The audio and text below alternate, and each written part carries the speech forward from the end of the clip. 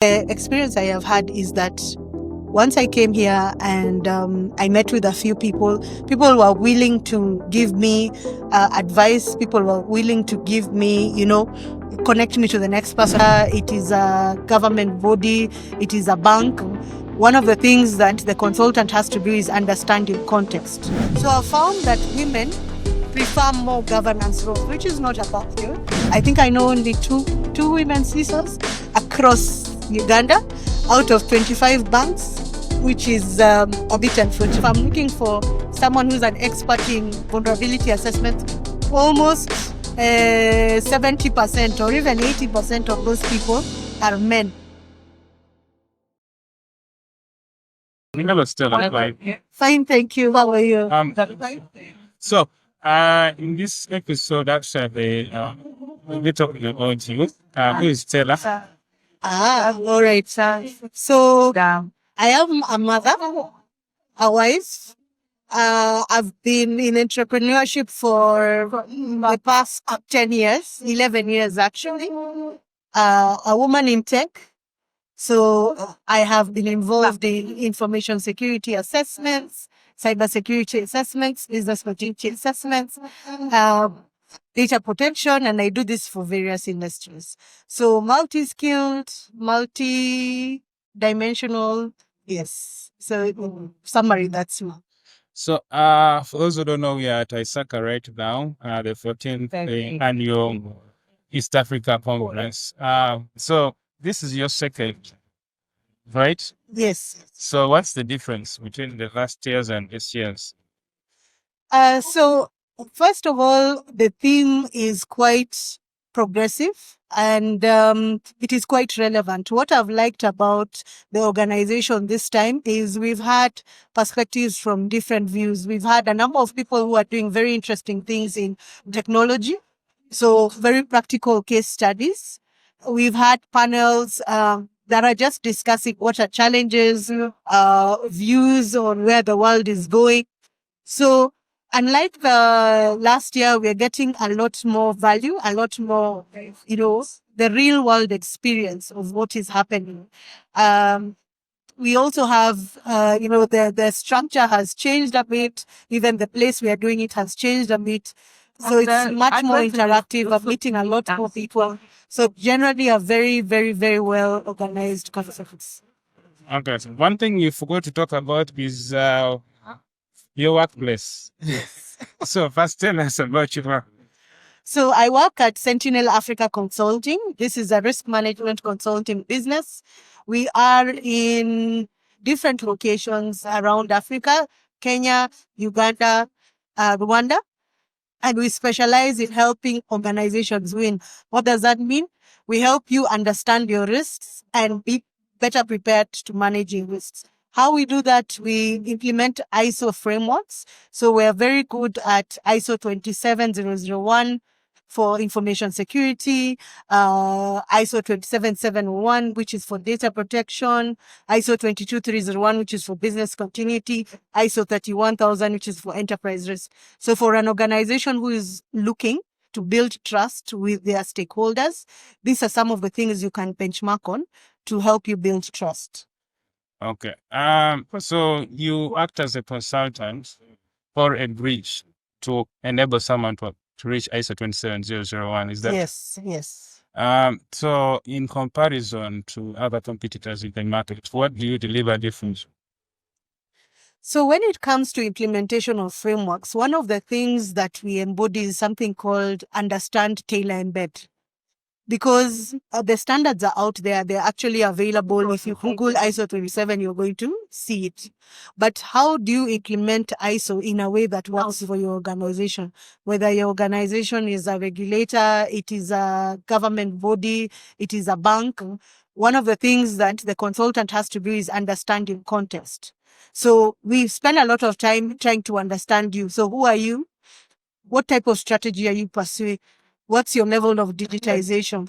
In terms of competence for staff, what is your competency levels? Yeah. Then we tailor the approach. So if, for example, I'm in manufacturing and I have staff who are more operational. They are used to big machines. It's different from banking, where everything is digitized. If I'm in government, where we still have a lot of manual records, it might be different from, again, another industry. So then we tailor the approach. And then our key focus is on embedding. So by the time I leave there as a consultant, you should feel confident that this thing is mine. It's not the consultant's. So we have a approach. It's called Understand, Tailor, Embed, that really focuses on, when I leave there, you should embrace this thing and you should be able to continue it as a culture.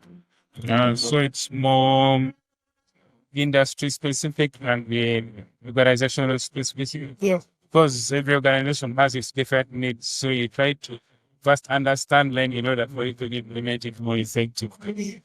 Yeah. You had a master class. Did you talk about stuff like that, or it was pure the data practice? So we talked a bit about our implementation methodology. Actually, the masterclass was covering the Data Protection and Privacy Act in Uganda and how you can use ISO 27701 to implement or to basically comply to the requirements of the act. Some of the key interesting things with the masterclass is, when I am teaching, I try and make sure, first of all, again, I understand my audience. So we had people from medical background, we had some people from financial services, and also we had guys who were primarily in government. So then we had assignments that actually enabled them to understand, in my institution, how can I do this? How has it been done elsewhere? So it was all about also embodying that same understand, tail, and embed, even as I was teaching. It's really tricky when it's an audience which has different people. So I don't know how you were able to maneuver that. Are there common themes in every industry which you can say, okay, this can help with a benchmark? So there are definitely common themes. So for example, if I am looking at something like access management, you will find that the way access is managed from a process perspective is the same, but the particular, let me say, the peculiarities may differ per industry and also depending on which tools you have.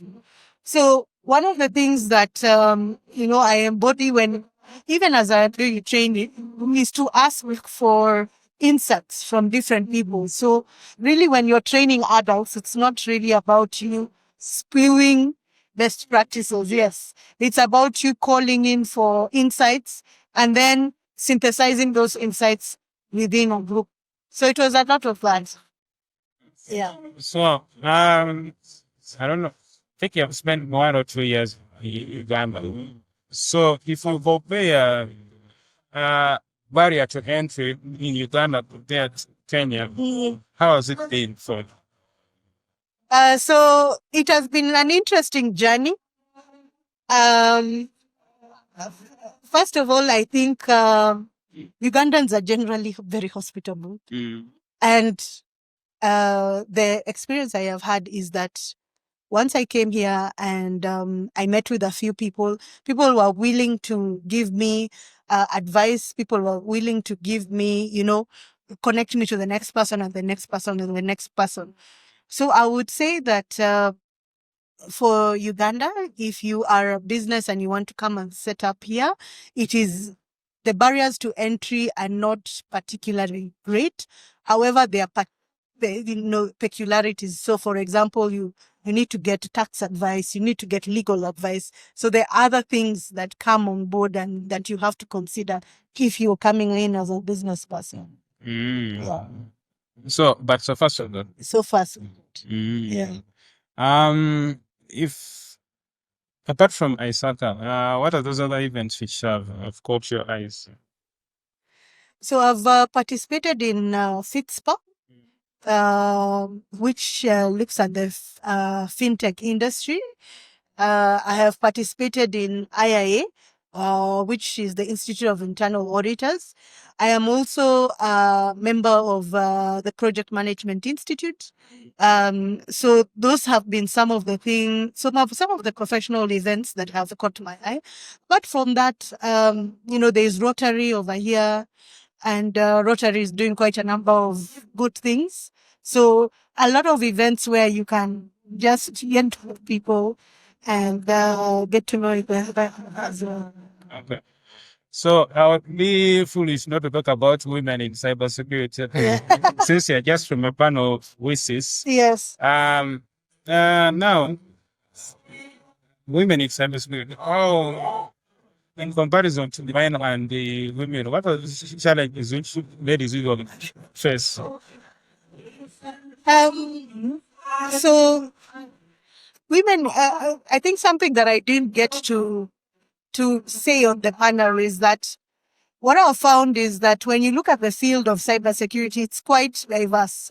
So there are very technical roles, then there are governance roles, and you find that the requirements from even a technical or a people perspective are different depending on where you want to play. So I found that women prefer more governance roles, which is not a bad thing. Men prefer the more technical roles. So if I'm looking for someone who's an expert in vulnerability assessment, almost 70% or even 80% of those people are men. So we still have biases in cybersecurity, that there are some roles that are the preserve of men because they are more technical in nature. And then also getting to the next level, which is CISO level, where you are in charge of strategy. We've seen that a lot of women drop off, or a lot of women remain at officer level, not really hitting the barrier and say going into CISO level. So if you look even at the banking industry, I think I know only two women CISOs across Uganda out of 25 banks, which is a bit unfortunate. Yeah. So what are the things which you are doing as you to help improve that? So particularly, I run something called the Business Continuity Institute. Now that doesn't focus so much on cyber, except on from an availability perspective. I do a lot of mentorship around business continuity. I have a panel of, let me say, ladies that I'm working with, all of them actually ladies. Some of it is to expand their knowledge. So looking at, for example, even ISACA right now, the ISACA leadership team is mostly men. So why is it that women are not, bringing themselves forward and saying there's a volunteer position which is available here? It will help expand me. Maybe it's a matter of time. Maybe it's a matter of I don't feel like that is something I should be doing. So for women out there, what I would say is don't only look at certifications and your job. Look at the wider environment. How can I be able to impact the community? Because it's the community which will give you your next level assignments. Okay. Thank you for that. Yes. Any final thoughts, yes? Final thoughts, and I would just like to say, cybersecurity is an evolving field. If you're a lady out there who feels that this is the career for you, I would invite you, seek out other ladies in the field, seek out mentorship.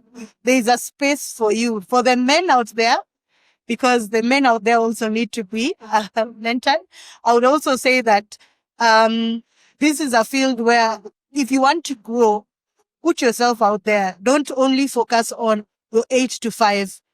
Read more, research more, build community, volunteer. That's the way in which you grow yourself. Okay. Thank you, Stella. All right. Thank you Great so fun. much. All right.